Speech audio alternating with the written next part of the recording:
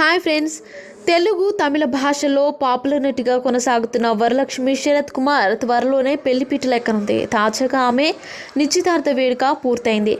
Gallerist Nikolai సచ్దేవ్తో ముంబైలో నిన్న ఆమె ఎంగేజ్మెంట్ జరిగింది. పూర్తిగా కుటుంబ సభ్యుల సమక్షంలో ఈ వేడుక జరిగింది. ఈ ఏడాది చివరిలో ఈ జంట వైవాహిక జీవితంలోకి అడుగు పెడుతోంది. వరలక్ష్మి, నికోలాయ్ సచ్దేవ్ ఒకరికొకరు 14 ఏళ్లుగా తెలుసట. ఇరు కుటుంబ సభ్యులు అనుమతితో వీళ్ళు ఉంగరాలు మార్చుకున్నట్టు మాత్రమే వెల్లడించారు. ఇది ప్రేమ వివాహమా, పెద్దలు కుదిర్చిన సంబంధమా అనే విషయంపై మాత్రం క్లారిటీ ఇవ్వలేదు. ముంబైలో వ్యాపార కుటుంబానికి చెందిన వ్యక్తి నికోలాయ్.